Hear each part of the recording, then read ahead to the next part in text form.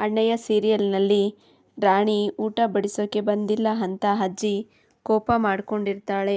ದೊಡ್ಡ ಸೊಸೆಗೆ ಎಲ್ಲೋದ್ಲೆ ಅವಳು, ಏ ರಾಣಿ ಅಂತ ಕರಿತಿರ್ತಾರೆ. ಅಷ್ಟರಲ್ಲಿ ಅಲ್ಲಿಗೆ ಪಾರು ಅಪ್ಪ ಮತ್ತು ಅಣ್ಣ ಬರ್ತಾರೆ. ಪಾರು ಅಪ್ಪ ಸಮಾಧಾನ ಮಾಡ್ಕೊಳ್ಳಿ, ಆತರ ಪಟ್ರೆ ಬರೋದಿಲ್ಲ.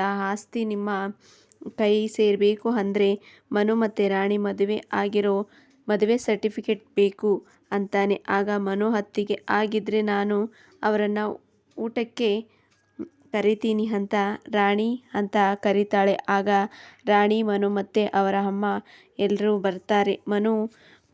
ಎಲ್ಲರೂ ಊಟಕ್ಕೆ ಕೂತ್ಕೊಳ್ಳಿ ಅಂದಾಗ ಮನು ತಟ್ಟೆ ಎತ್ಕೊಂಡು ನೆಲದಲ್ಲಿ ಕೂತ್ಕೊಳ್ತಾನೆ. ಇದನ್ನು ರಾಣಿ ನೋಡಿ ಅವಳಿಗೆ ಶಾಕ್ ಆಗುತ್ತೆ. ಎಲ್ಲರೂ ಅವನನ್ನೇ ನೋಡ್ತಿರ್ತಾರೆ.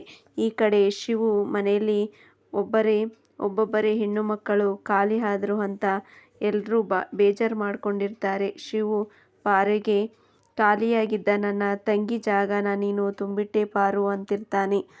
ರತ್ನ ಅಳ್ತಿರ್ತಾಳೆ.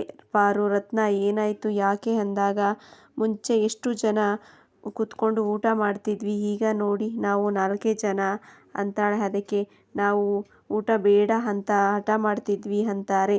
ಆಗ ಪಾರು ಶಿವುಗೆ, ಮಾವ ನನ್ನ ಕೈ ಮೇಲೆ ಕೈ ಇಡಿ ಅಂತ ಹೇಳಿ ನಾನು ನಿಮ್ಮ ಅಣ್ಣ ಮಾತು ಕೊಡ್ತಿದ್ದೀವಿ, ಮನೆಗೆ ಹೊಸಬರು ಬಂದೇ ಬರ್ತಾರೆ, ನಾವು ಕರ್ಕೊಂಡು ಬರ್ತೀವಿ ಅಂತ ಹೇಳ್ತಾಳೆ. ನಾನು ಹೇಳಿದ್ದು ನಿಮ್ಮ ತಾಯಿನ ಅಂದರೆ ನಮ್ಮ ಅತ್ತೆನ ಅಂತಾಳೆ. ಎಲ್ಲರೂ ಪಾರು ಮುಖ ನೋಡ್ತಿರ್ತಾರೆ.